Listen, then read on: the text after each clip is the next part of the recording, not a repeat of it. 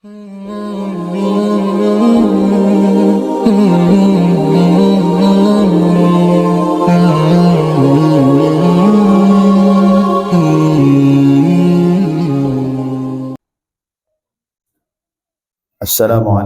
warahmatullahi wabarakatuh. Subhanaka la ilma lana illa ma 'allamtana innaka antal alimul hakim. La haula wala quwwata illa billahil aliyyil azim. Segenap para habaib, para alim, para asatid, guru-guru ngaji, wabil khusus kepada tuan rumah yang berbahagia, yang insyaallah akan menjadi tetamunya Allah dan tetamunya baginda Nabi Muhammad sallallahu alaihi wasallam. Rasulullah sallallahu alaihi wasallam, beliau bersabda di dalam hadisnya, al-hujjaj wal ummar wafdullah in sa'alu u'tu wa in da'au ujibu wa in anfaqu ukhlifa lahum, atau kama qala Rasulullah sallallahu alaihi wasallam. Beliau Nabi Muhammad sallallahu alaihi wasallam menyampaikan kepada umatnya yang mendapatkan bagian jatah untuk bisa berziarah ke Makkatul Mukarramah atau Madinatul Munawwarah dalam rangka pelaksanaan haji ataupun umroh.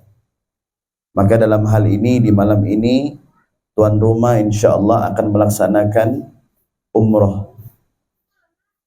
Rasulullah memberikan sinyal yang baik. Apa yang beliau sampaikan? Al-hujjat wal umar wafdullah, orang yang berhaji atau yang akan berangkat haji dan berangkat umroh adalah tamu-tamunya Allah. Untuk menjadi tamunya Allah ini, Bapak Ibu, adalah orang-orang pilihan. Jangan pernah kita berpikir bahwasanya umroh itu hanya dikhususkan bagi orang yang kaya, bagi orang yang memiliki harta. Tidak hanya demikian. Namun umroh ataupun haji itu yang dikehendaki oleh Allah Subhanahu wa taala, yang di dalam hatinya diberikan taufik ataupun petunjuk secara khusus, yang mungkin mereka telah lama merindukan untuk bisa menghadiri dan bisa berziarah ke Makkatul Mukarramah. Bukan niatnya hanya ingin mencium Hajar Aswad, ataupun karena ingin berada di depan Ka'bah, tetapi niatnya sebagai takrim wa ta'zim akan syiar Allah Subhanahu wa taala, dan juga ingin mengobati daripada kerinduannya berziarah ke makam Nabi Muhammad sallallahu alaihi wasallam yang Rasulullah 15 abad telah meninggalkan umatnya secara jasadia, namun secara rohania Nabi Muhammad tidak wafat dan akan selalu berada di hati-hati umat yang merindukannya. Maka untuk menjadi tetamu Allah ataupun tetamunya Nabi Muhammad, tentunya mereka yang dikehendaki, yang Allah mampukan diri mereka, yang Allah kuasakan diri mereka untuk bisa melakukan perjalanan umroh. Maka mereka mendapatkan 3 keistimewaan. Orang yang akan berangkat umroh ini, atau mereka yang telah pulang berangkat umroh, ada 3 keistimewaan. In sa'alu u'tu, apabila mereka meminta akan keperluan duniawi, apapun itu, yang penting dengan keyakinan yang mantap kepada Allah, u'tu, Allah akan berikan. Karena orang-orang yang akan berangkat umroh ini tentunya dirinya telah disetel, artinya telah diatur dirinya ini untuk bisa terus menjadi orang yang baik dan terbaik di hadapan Nabi Muhammad. Karena nanti di dalam pelaksanaan, tentunya di kota Mekkah dan Madinah, khususnya di kota suci di tanah haram itu, kita akan diuji oleh Allah Subhanahu wa taala. Makanya perlu untuk menjaga hati. Akan diperlihatkan hal-hal yang aneh, yang terkadang itu sebagian ujian hati kita.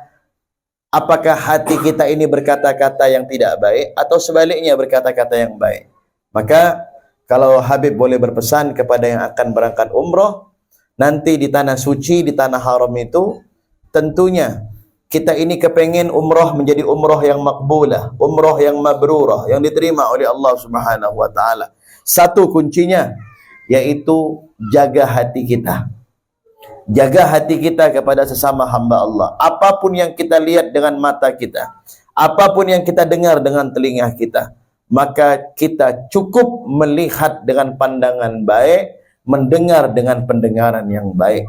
Jangan sampai kita rusak hati kita ya dengan pandangan ataupun pendengaran yang mungkin itu dapat menggerogoti daripada nilai-nilai ibadah kita kepada Allah di saat pelaksanaan umroh.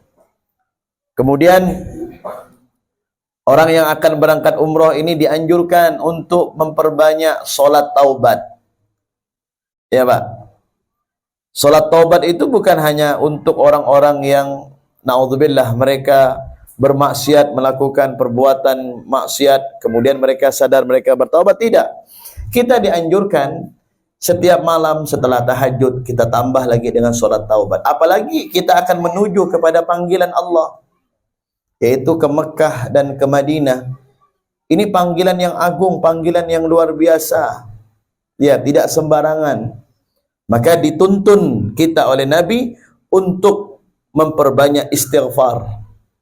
Ulama menganjurkan untuk memperbanyak solat taubat. Minta nyoon kepada Allah, minta maaf kepada Allah. Ya, dari apapun kesalahan, kekeliruan, dari apapun hal-hal yang buruk yang pernah kita lakukan kepada Allah, kita mohon maaf sebelum kita berangkat ke tanah suci memenuhi panggilan Allah Subhanahu wa taala. Dan yang kedua, wa inda'au ujibu. Apabila orang yang berangkat umroh ini berdoa, doanya dikabulkan oleh Allah. Makanya malam hari ini selain kita mendoakan yang akan berangkat umroh atas keselamatannya pulang dan pergi bersama keluarga, juga kita berharap doa bagi yang akan berangkat umroh. Ya, kita berharap doa daripada mereka yang akan berangkat umroh. Doanya hanya satu, nanti tolong panggil-panggil kami ya di tanah suci. Jangan nitip yang lain, nanti tolong ya nitip baju gamis. Nanti tolong nitip apa lagi? Macam-macam sudah. Hajar apa? Hajar Aswad. Artinya jangan menitip sesuatu yang berkaitan dengan dunia, Pak. Titipannya begini kepada orang yang akan berangkat umroh, tolong panggil nama kami nanti. Di saat engkau berada di Hijr Ismail, di saat engkau berada di Maqam Ibrahim, di saat engkau berada di Multazam, di saat engkau mendapatkan anugerah bisa mencium Hajar Aswad, ingat kepada kami, doakan kami agar kami juga bisa nantinya bisa mencium Hajar Aswad, bisa berdoa di depan Multazam, bisa sholat di belakang Maqam Ibrahim, bisa melakukan pelaksanaan umroh sampai kami nanti bisa berziarah masuk ke Babus Salam, pintu Nabi Muhammad, yang di situ ada 3 lubang yang mulia. Yang pertama, di situ kita akan diperlihatkan ada 1 lubang yang besar, yaitu di situ adalah tempat makamnya Nabi Muhammad, dan ada 2 lubang yang besar di situ, yang dua lubang yang mengapeti, yaitu makam daripada Sayyidina Abu Bakar dan Sayyidina Umar radhiyallahu anhuma ajma'in. Minta kepada mereka yang akan berangkat umroh. Siapa yang berangkat umroh malam ini? Yang nanti, Bapak siapa namanya? Pak Syafi'i. Pak siapa? Putri Anam. Oh, putri panjenengan. Minta doa sama beliau. Ya. Yang didoakan, yang berceramah dulu didoakan. Supaya bisa berangkat Ya, supaya bisa berangkat umroh lagi. Ya, walaupun sudah beberapa kali berangkat umroh bisa, karena kita akan selalu rindu, Pak. Magnetnya Nabi Muhammad itu sangat luar biasa. Makanya di kota Madinah itu ada yang namanya disebut dengan Jabal Magnet. Bukit Magnet. Magnet itu apa sih? Tarikan. Kalau orang Pontianak bilang besi berani ya Habib Najib, besi berani. Ya. Ya kan begitu. Jabal Magnet itu luar biasa, Pak. Ya, yang bukitnya, jalannya itu kalau kita pergi itu sangat begitu cepat, Pak. Ya, cepat. Jadi sampai-sampai pernah, ini cerita pengalaman kami waktu bawa jamaah umroh, sampai pernah itu supirnya nggak nginjak gas, Pak. Tapi mobil kecepatannya bisa 60-80 jalannya. Nggak nginjak gas, Pak. Gimana tuh? Gimana kalau nginjak gas? Makanya Jabal Magnet. Kenapa disebut Jabal Magnet? Karena gunung itu berhadapan kepada Gubbatul Khadra yang di bawahnya ada makam Nabi Muhammad SAW. Tapi kalau ingin balik, artinya berbalik arah, itu kayaknya lama begitu jalannya, Pak. Harus perlu nginjak gas lagi. Jadi kebalikannya.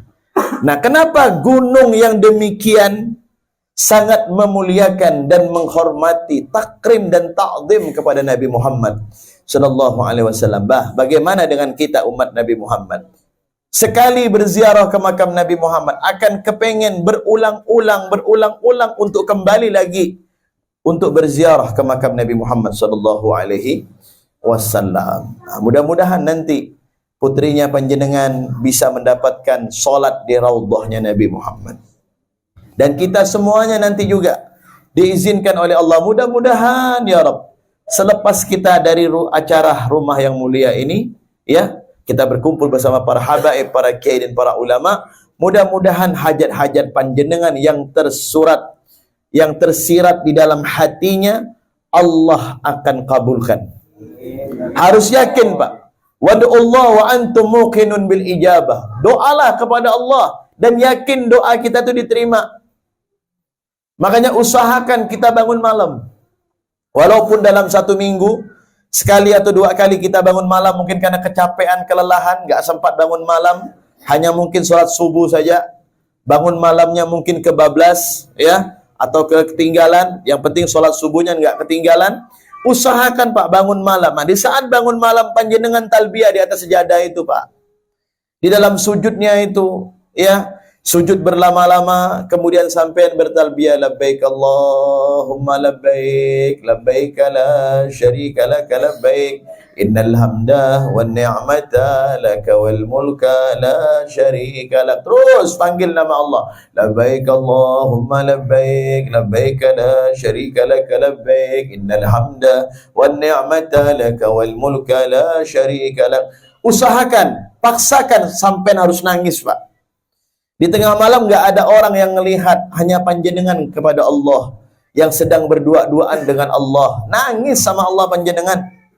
Mohon kepada Allah dan sampean harus bercita-cita, minta nyoon sama Allah, ya Rabbi, jangan kau wafatkan aku dulu.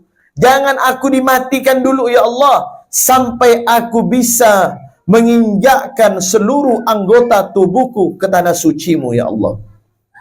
Jadi harapannya itu, Pak, walaupun mungkin haji pendaftarannya mungkin masa tunggunya lama, setidak-tidaknya kita minta kepada Allah umroh, Allah mempercepat bagi kita untuk bisa berangkat.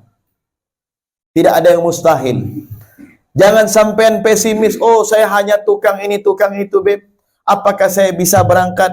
Kalau mereka orang-orang kaya ya wajar, banyak harta, banyak obeng, banyak PC, Beb. Kalau saya apa yang mau diberangkatkan? Orang mukmin tidak boleh pesimis, tidak boleh berkecil hati.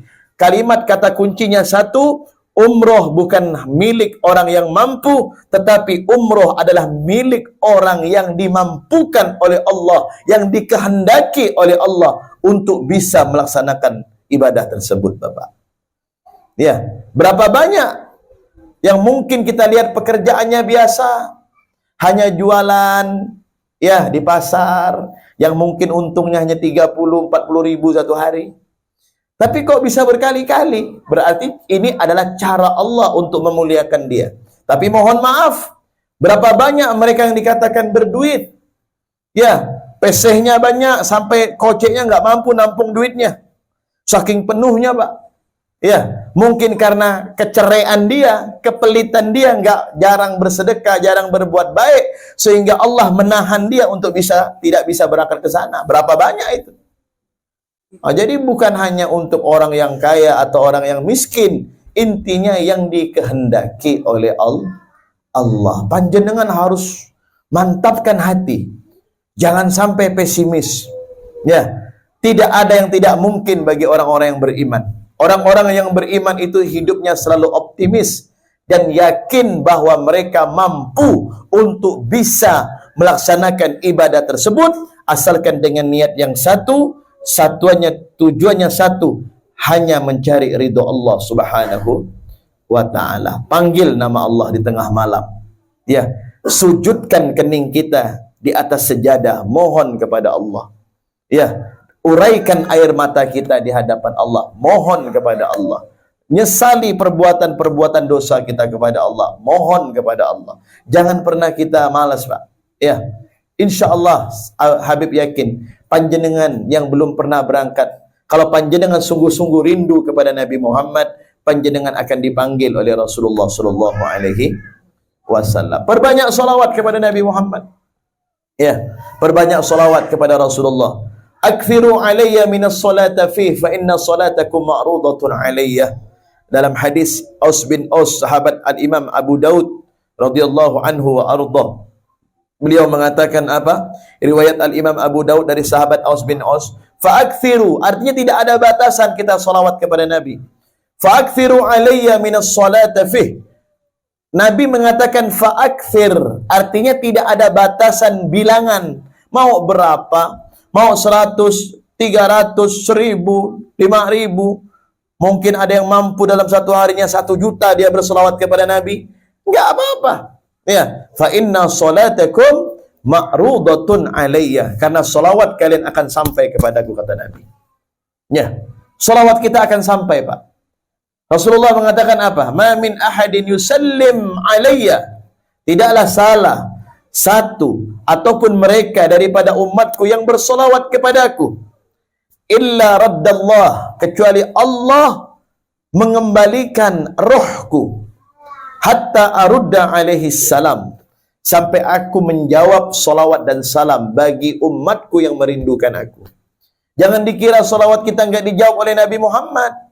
Sampean solat, sampean menyebutkan assalamu alaika ayyuhan nabiyyu wa rahmatullahi wa barakatuh dalam solat 5 waktunya itu, atau dalam solat sunnah yang lain, itu dijawab oleh Nabi. Hanya saja ya, itu ditutup oleh Allah. Artinya pancaran sanubari kita itu ditutup oleh Allah, karena mungkin kesalahan dan dosa kita terlalu banyak, kita tidak mendengar salawat dan salamnya ataupun balasan salawat daripada Nabi Muhammad. Di saat kita mengatakan assalamu alaika, Nabi jawab wa alaikas salam ya ummati, wa alaikas salam fulan bin fulan. Hanya saja kita tidak mendengarnya. Makanya kita harus yakin, ya, perbanyak salawat kepada Nabi dimanapun kita berada. Salah seorang sahabat bertanya, ya Rasulullah, wa kaifa tu'radu salatuna wa qad arimta, wahai baginda Nabi, apakah salawat kami akan sampai di saat nanti jasadmu sudah menjadi tulang menulang di alam barzah ataupun di alam kubur? Maka Nabi tersenyum menjawab pertanyaan sahabat. Beliau mengatakan, innallaha harrama 'alal ardi an ta'kula ajsadal anbiya, sesungguhnya Allah mengharamkan bagi makhluk, binatang, hewan yang ada di tanah-tanah yang di dalamnya ada jasad para nabi dan para rasul, untuk memakan daripada jasad para nabi dan para rasul. Artinya maksumnya para nabi dan para rasul bukan hanya di waktu hidup saja, tetapi di saat jasad mereka, jasad-jasad beliau berada di alam barzah, di dalam kubur, tetap akan dijaga oleh Allah Subhanahu wa ta'ala. Nabi kita Muhammad memang wafat secara jasad, Pak.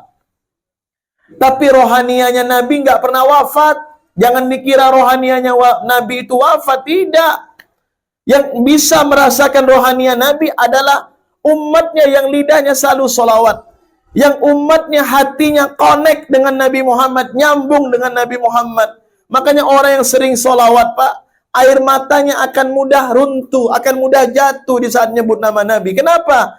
Kehadiran Nabi itu dirasakan, Pak. Makanya panjenengan kalau mau tahu Nabi itu hadir apa tidak dengan panjenengan, perbanyak solawat. Mohon panjenengan ada timbul rasa kerinduan dengan Nabi, di saat itu Rasulullah hadir bersama panjenengan. Yakin itu. Orang yang sudah dihadiri, apalagi bermimpi dengan Nabi Muhammad, dipastikan orang ini akan dimuliakan oleh Allah Subhanahu wa ta'ala. Man ra'ani fil manam faqad ra'ani haqqa, atau kama qala. Barang siapa yang melihat aku di waktu mimpinya, di saat dia tidur dia bermimpi, maka yang dia lihat adalah kenyataan, kata Nabi. Fa inna syaitan la yatamatsalu bih. Karena iblis tidak akan pernah mampu menyerupai Nabi Muhammad sallallahu alaihi wasallam. Ya. Ayo kita berpunya cita-cita, mimpi Nabi Muhammad, bisa ziarah ke makam Nabi Muhammad. Kita kepengen seperti para sahabat yang mencium tangan Nabi Muhammad, yang mencium aromah wangi Nabi Muhammad, yang memeluk badan Nabi Muhammad, yang mencium kening Nabi Muhammad, yang ikut berjuang dengan Nabi Muhammad, yang duduk makan minum bersama Nabi Muhammad, yang kumpul sambil bercanda ringan dengan Nabi Muhammad. Kita kepengen, Pak. Kita nggak hidup sezaman dengan Nabi Muhammad, tetapi ingat, kita diberikan modal oleh Allah, yaitu iman. Iman kepada siapa? Iman kepada baginda Rasulullah sallallahu alaihi wasallam. Setelah kita beriman kepada Allah, iman kepada Nabi Muhammad sallallahu alaihi wasallam.